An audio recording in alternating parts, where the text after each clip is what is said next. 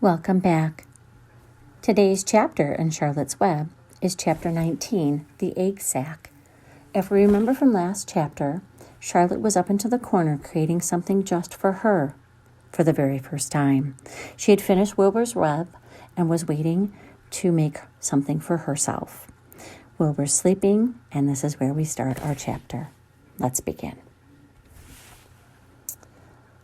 The next morning, when the first light came into the sky and the sparrows chirped in the trees, when the cows rattled their chains and the rooster crowed and the early automobiles went whispering along the road, Wilbur awoke and looked for Charlotte.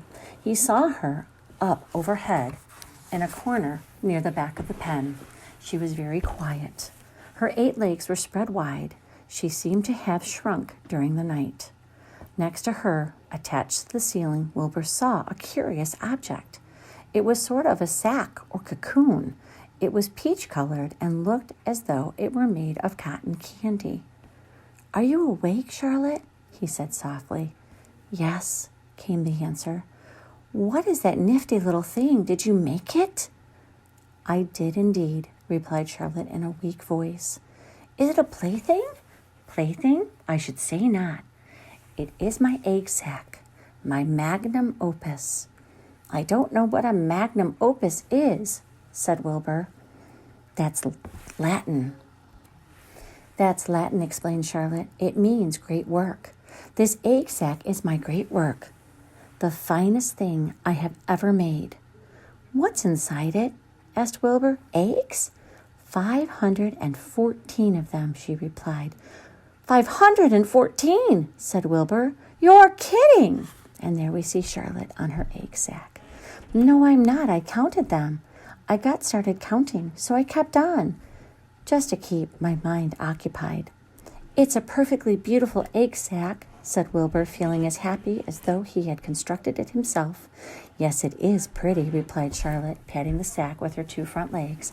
"Anyway, I can guarantee that it is strong. It is made out of the toughest material I have. It is also waterproof. The eggs are inside and will be warm and dry." "Charlotte," said Wilbur dreamily, "are you really going to have 514 children?" "If nothing happens, yes," she said. "Of course, they won't show up until next spring." Wilbur noticed that Charlotte's voice sounded sad. "What makes you so downhearted? I should think you'd be terribly happy about this." "Oh, don't pay any attention to me," said Charlotte. "I just don't have much pep anymore. I guess I feel sad because I won't ever see my children." "What do you mean you won't see your children?" "Of course you will. We'll all see them. It's going to be simply wonderful next spring in the barn cellar with 514 baby spiders running around all over the place. And the geese will have new set of goslings and the sheep will have their new lambs." "Maybe," said Charlotte quietly. "However, I have a feeling I'm not going to see the results of last night's efforts. I don't feel good at all. I think I'm languishing, to tell you the truth." Wilbur didn't understand the word languish, and he hated to bother Charlotte by asking her to explain, but he was also worried. He felt he had to ask, "What does languishing mean?" "It means I'm slowing up, feeling my age. I'm not young anymore, Wilbur, but I don't want you to worry about me. This is your big day today. Look at my web. Doesn't it show up well with a dew on it?" Charlotte's web never looked more beautiful than it did look this morning. Each strand held dozens of bright drops of early morning dew. The light from the east struck it and made it all plain and clear. It was a perfect piece of designing and building. In another hour or 2, a steady stream of people would pass by, admiring it and reading it, and looking at Wilbur and marveling at the miracle. As Wilbur was studying the web, a pair of whiskers and a sharp face appeared. Slowly Templeton dragged himself across the pen and threw himself down in the corner. "I'm back," he said in a husky voice. "What a night!" The rat was swollen to twice his normal size. His stomach was as big as a jelly jar. What a great picture at the bottom of the page. "What a night," he repeated hoarsely. "What feasting and carousing, a real gorge. I must have eaten the remains of 30 lunches. Never have I seen such leavings, and everything well ripened and seasoned with the passage of time and the heat of the day. Oh, it was rich, my friends, rich. You ought to be ashamed of yourself, said Charlotte in disgust. It would serve you right if you had an acute attack of indigestion or an upset stomach. Oh, don't worry about my stomach, snarled Templeton. It can handle anything. And by the way, I've got some bad news. As I came past that big pig next door, the one that calls himself Uncle, I noticed a blue tag on the front of his pen. That means he's won first prize. I guess you're licked, Wilbur. You might as well relax. Nobody's going to be hanging any medal on you. Furthermore, I wouldn't be surprised if Zuckerman changes his mind about you. Wait until he gets a hankering for some fresh pork and smoked ham and crisp bacon. He'll take the knife to you, my boy. Be still, Templeton, said Charlotte. You're too stuffed and bloated to know what you're saying. Don't pay any attention to him, Wilbur. Wilbur tried not to think about what the rat had just said. He decided to change the subject. Templeton, said Wilbur, if you weren't so dopey, you would have noticed that Charlotte has made an egg sac. She is going to become a mother. For your information, there are 514 eggs in that peachy little sack. Is this true? Asked the rat, eyeing the sack suspiciously. Yes, it's true, sighed Charlotte. Congratulations, murmured Templeton. This has been a night. He closed his eyes, pulled some straw over himself, and dropped off into a deep sleep. Wilbur and Charlotte were glad to be rid of him for a while. At 9 o'clock, Mr. Arable's truck rolled into the fairgrounds and came to a stop at Wilbur's pen. Everyone climbed out. Look, cried Fern. Look at Charlotte's web. Look what it says. The grown-ups and the children joined hands and stood there studying the new sign. Humble, said Mr. Zuckerman. Now, isn't that just the word for Wilbur? Everyone rejoiced to find that the miracle of the web had been repeated. Wilbur gazed up lovingly into their faces. He looked very humble and very grateful. Fern winked at Charlotte. Lurvy soon got busy. He poured a bucket of warm slops into the trough, and while Wilbur ate his breakfast, Lurvy scratched him gently with a smooth stick. Wait a minute, cried Avery. Look at this. He pointed to the blue tag on Uncle's pen. This pig has won first prize already. The Zuckermans and the Arables stared at the tag.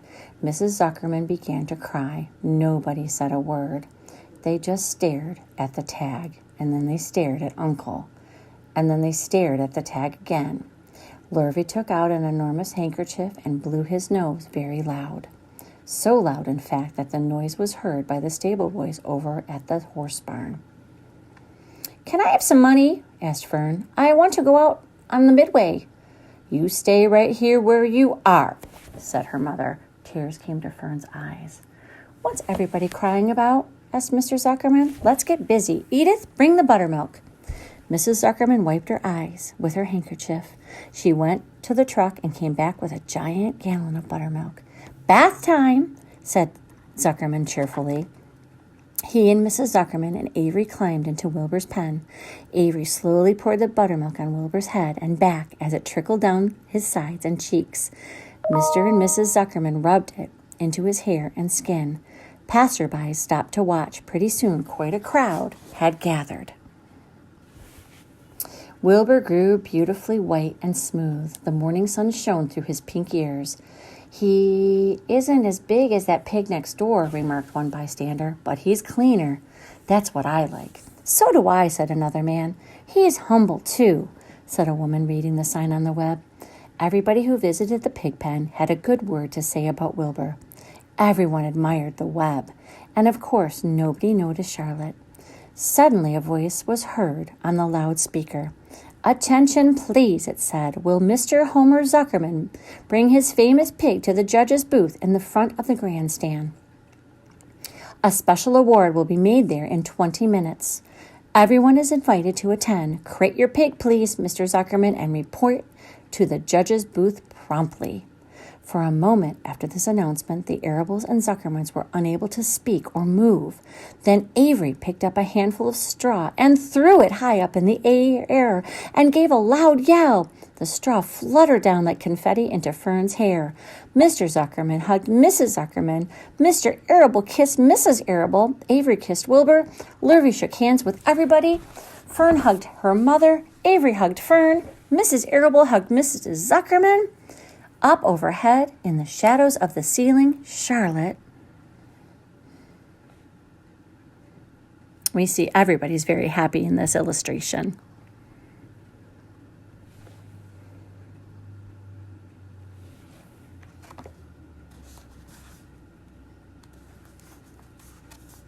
Crouched unseen, her front legs encircling her egg sac, her heart was not beating as strongly as usual, and she felt weary and old. But she was sure at last that she had saved Wilbur's life, and she felt peaceful and contented. "We have no time to lose," shouted Mr. Zuckerman. "Lurvy, help with the crate." "Can I have some money?"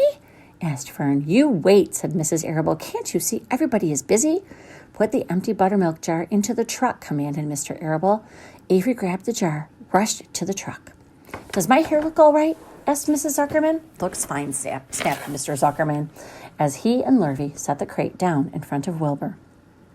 "Huh, you didn't even look at my hair," said Mrs. Zuckerman. "You're all right, Edith," said Mrs. Arable. "Just keep calm." Tumbleton, asleep in the straw, heard the commotion and awoke. He didn't know exactly what was going on, but when he saw the men shoving Wilbur into the crate, he made up his mind to go along. He watched his chance, and when no one was looking, he crept into the crate and buried himself in the straw at the bottom. "All ready, boys," cried Mr. Zuckerman. "Let's go." He and Mr. Arable and Lurvy and Avery grabbed the crate and boosted it over the side of the pen and up into the truck.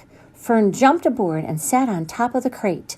She still had straw in her hair and looked very pretty and excited. Mr. Arable started the motor. Everybody climbed in, and off they drove to the judge's booth in front of the grandstand.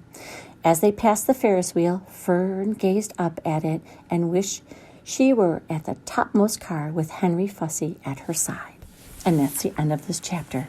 Go ahead and complete your exit ticket for Charlotte's Web, Chapter 19.